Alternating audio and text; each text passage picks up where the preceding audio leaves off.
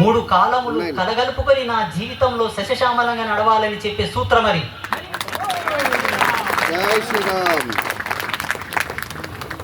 ఇప్పుడు చూడండి, modern science ఇప్పుడు ఒకటి ప్రతిపాదించింది, స్కిన్ పెరాలసిస్ అంట. స్కిన్ పెరాలసిస్ కాళ్ళు చేతులు పడిపోవడం కాదు, శరీర కాంతి కోల్పోయేటటువంటి డిసీజ్ అంటారు. దాన్ని క్రమబద్ధీకరించడానికి కొన్ని కనిపెట్టారు. కనిపెట్టిన వాటి నుంచి సైడ్ ఎఫెక్ట్లు వస్తున్నాయి, మళ్ళీ దాన్ని తీసి పడేశారు. 7 సంవత్సరాల నుంచి దీని మీద ప్రయోగాలు చేస్తున్నారు, మళ్ళీ కంచు చిక్కట్లా. ఏవో క్యాప్సూల్స్ తయారు చేసి తినిపిస్తున్నారు, ఏవో లేపనాలు పూస్తున్నారు, ఇంకేవో చేస్తున్నారు. వాటి వల్ల ప్రయోగం సఫలమైంది, కానీ వికటిస్తున్నాయి. కానీ మన ధర్మంలో దానికి ఒక గొప్ప తంతున్నది. ఏంటో తెలుసా? చక్కగా గోరింటాకు గనక మనం పెట్టుకొని కాళ్ళకు పసుపు పెట్టుకుంటే 9 సంవత్సరాల వరకు మనకు జీవ కణజాల శక్తి ఉత్పన్నమవుతుంది బాడీలో. మీరేమనుకుంటారు? గోరింటాకు పెట్టుకుంటే నామోషన్ మీరు అనుకుంటారు, కాళ్ళకు పసుపు పెట్టుకుంటే అదొక సాంప్రదాయం అని మీరు అనుకుంటారు. ప్రపంచమంతా వచ్చి హిందూ ధర్మం కాళ్ళ మీద పడక తప్పదు భవిష్యత్తులో. అందుకే నేను చాలా మంది పెద్దలకు చెప్తుంటాను, సంఘ సంస్కర్తలకి, ప్రతి దాని మీద పేటెంట్ రైట్స్ తీసుకోండి. బొట్టు పెట్టడం మనది, పట్టు వస్త్రాలు కట్టేది మనది, కాళ్ళకు పట్టాలు పెట్టి మెట్టలు పెట్టేది మనది, మెడో మంగళసూత్రం మనది, చేతుల గాజులు మనవి, ప్రతివి మనవి. ప్రతి దాని మీద పేటెంట్స్ తీసుకోండి, కాపీ రైట్స్ తీసుకోండి. ఎవరన్నా గనక మన వాళ్ళని కాపీ కొడితే జరిమానా ఏదన్నా నమ్మినది, వేరే గత్యంతరం లేదు. ఎన్నో మార్పులను ఎదుర్కొంటున్నాయి పాశ్చాత్య దేశాలు, ఎన్నో వింత విచిత్రమైన రోగాలు. ఈ కరోనా ఎక్కడి నుంచి వచ్చింది పాడుగాల మనకేమని తెలుసా? భారతదేశంలో 3 ఉండే, వాత పిత్త కఫ దోషాలు, ఈ 3. ఋషులు ఈ 3 మీదనే కొన్ని తపస్సులు చేసి తులసి తీర్థం, పచ్చకర్పూర తీర్థం అటువంటివి మనకి ఇచ్చారు. అవి కూడా ఏంటి? ధార్మికతను మిళితం చేసి ఇవే ఉండే. కానీ దిక్కుమాలిన రోగాలన్నీ ఈపున మోస్తున్నాం ఇప్పుడు, అవునా కదా? దీని కారణం ఏంటి? 3: నిద్ర, ఆహారం, బ్రహ్మచర్యం. ఈ 3. ఎవడైతే ఋషి చెప్పిన పద్ధతిలో నిద్రిస్తాడో, ఎవడైతే ఏ కుటుంబం అయితే ఋషి చెప్పిన పద్ధతిలో భోజనం చేస్తాడో, ఎవరైతే ఋషి ప్రతిపాదించినటువంటి ధర్మాన్ని అనుసరించి బ్రహ్మచర్య దీక్షను పాటిస్తాడో, వాని జీవితం సస్యశ్యామలం, వాని జీవితం ఆనందదాయకం. ఆ కుటుంబం ప్రత్యక్ష స్వర్గం. ప్రత్యక్ష స్వర్గం. తర్వాత స్వర్గం, తర్వాత చూద్దాం, మనకేం గుర్తుంటలేదు, అది పాడు. సచ్చినాక స్వర్గం ఎవడు పోతాడు, ఎవడు చూసిండు? బ్రతికున్నాగానే స్వర్గం చూడాలంటే ఇవి పాటించాలి. సకాలంలో నిద్రపోవాలి, సమయానికి తొందరగా నిద్ర లేవాలి. దీని ద్వారా ఏమవుతుంది? మానసిక శారీరక రుగ్మతలు కంట్రోల్ అవుతాయి. జీవుడి ఆయుష్, ఆరోగ్యం, ఐశ్వర్యం ఈ 3 డెవలప్ అవుతాయి. నిద్ర వల్ల చాలా లోతున్నది. మన యోగి వేమనార్యులు చెప్తూ ఉంటారు, నిద్రని కనుగొనిన వాడే పూర్ణ యోగి, నిద్రలోని నిద్రను భద్రమైన విద్యను తెలిసిన వాడే బ్రహ్మయోగి అని చెప్తారు. నిద్ర చాలా గొప్పది. ఇప్పుడు ఉండేటటువంటి మోడర్న్ సైన్స్ కూడా అదే చెప్తుంది కదా. తద్వారా మనకి ఎన్నో లాభాలు ఉన్నాయి. తర్వాత ఏంటి? భోజనం చేయడం అన్నది కేవలము ఆకలి తీరడానికే భోజనం చేస్తున్నామని మాత్రం అనుకోకండి. ఆ భోజనం నీ ఆయుష్ను, నీ ఆరోగ్యాన్ని, నీ ఐశ్వర్యాన్ని డిక్లేర్ చేస్తుందని కూడా గ్రహించండి బాగా.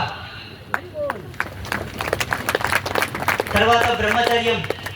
ఏమిటి బ్రహ్మచర్యం అంటే? నాలాకుండడమా బ్రహ్మచర్యం? అందరు నాలాకుంటే మీరందరూ ఎక్కడంటే వస్తారు, నేను ఎక్కడంటే వస్తుంటే. నేను వచ్చిందంటే కూడా మా తల్లిదండ్రులే కదా నన్ను ఇచ్చారు.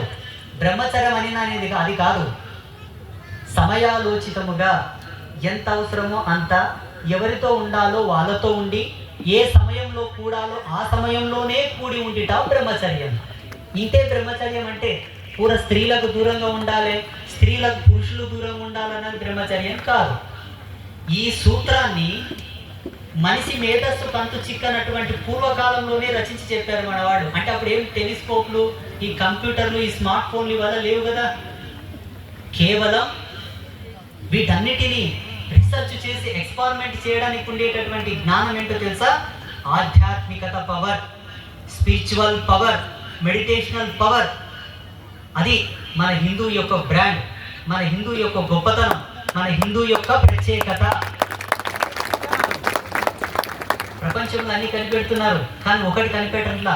మన వాళ్ళు ఎప్పుడో కనిపెట్టించారు. అది ఏందో తెలుసా? నిన్ను నీవు తెలుసుకో, నిన్ను నీవు తెలుసుకో. దాన్ని ఏమంటారు? Soul experiment. మన వాళ్ళు ఎప్పుడో కనిపెట్టారు. ప్రపంచం ఇంకా దాన్ని కనిపెడుతూనే సగం ముసలుగా అయింది. ఇంకొంచెం ముసలుగా అయిపోతే ఇక మడత పెట్టి మనతోనికి వస్తారు. అయ్యా మాకు చెప్పండి అని. అది భవిష్యత్తులో ఉంది, వస్తారు మనతోనికి. మీరు గర్వంగా చెప్పుకోవాలి. ఏడిపోయినా, ఏ ప్రపంచంలో ఏ మూలపోయినా, ఈ దేశంలో ఏ రాష్ట్రానికి పోయినా, ఏ ప్రాంతంలో ఉన్నా, ఏ సందర్భంలో ఉన్నా, అది సామాజిక రంగం, రాజకీయ రంగం, ఆధ్యాత్మిక రంగం, విద్యా వ్యవస్థ రంగం, ఏ శాఖలో మీరున్నా గర్వంగా చెప్పుకోవాలి, ఐఎమ్ హిందూ, నేను హిందూ.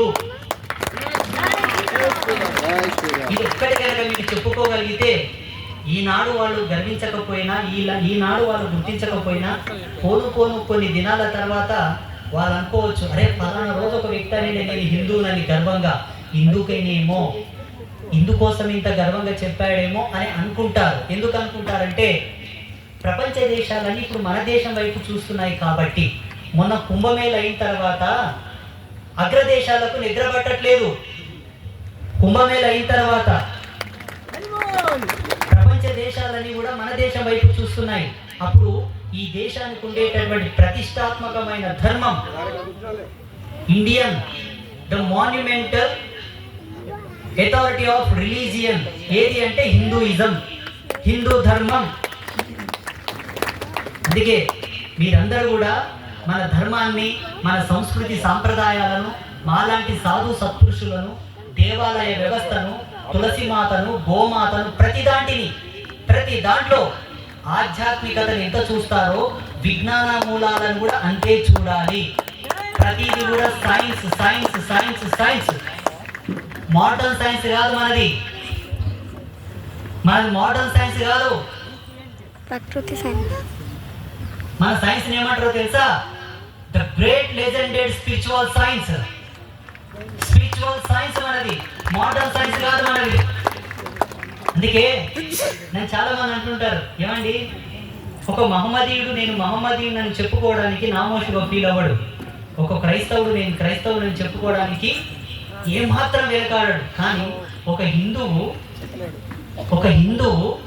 నేను హిందువుని అని చెప్పుకోవడానికి ఎందుకో సంకోచిస్తాడండి అని అంటారు. దీనికి నేను సమాధానం చెప్పాను అనుకోండి, మీకు చెప్తే మీరు బాధపడతారు. చెప్పమంటే చెప్తాను. పతివ్రత ఎప్పుడు తన ధర్మాన్ని ఎదురుగా చెప్పరు. పతివ్రత ఎప్పుడే కానీ తన ధర్మాన్ని ఎదురుగా చెప్పరు. ఆమె ఆచరించి చూపుటతోనే సమాధానం అయిపోతుంది. కాబట్టి నా ధర్మం ఎప్పుడే కానీ చెప్పడంతో ఆగిపోలేదు, ఆచరించింది. లక్షల సంవత్సరాల కానుంచి ఇంతమంది దాడి చేసిన తర్వాత కూడా, ఇన్ని సంవత్సరాలు మన దేశం మీద దండయాత్రలు జరిగిన తర్వాత కూడా ఇప్పటికీ మేము పుట్టిన ఈ కంప్యూటర్ కాలంలో కూడా సత్యనారాయణ వ్రతం చేసుకుంటున్నామంటే మన వాళ్ళు పాటించారనే కదా. అది హిందూయిజం అంటే. ఇది ఇలాగే సృష్టి ఉన్నంత వరకు, భూమి ఆకాశ సూర్య చంద్ర నక్షత్ర గతులు ఉన్నంత వరకు మన ధర్మం సస్యశ్యామలంగా ఉంటుంది. మన ధర్మాన్ని ఎవరు ఏమీ చేయలేడు.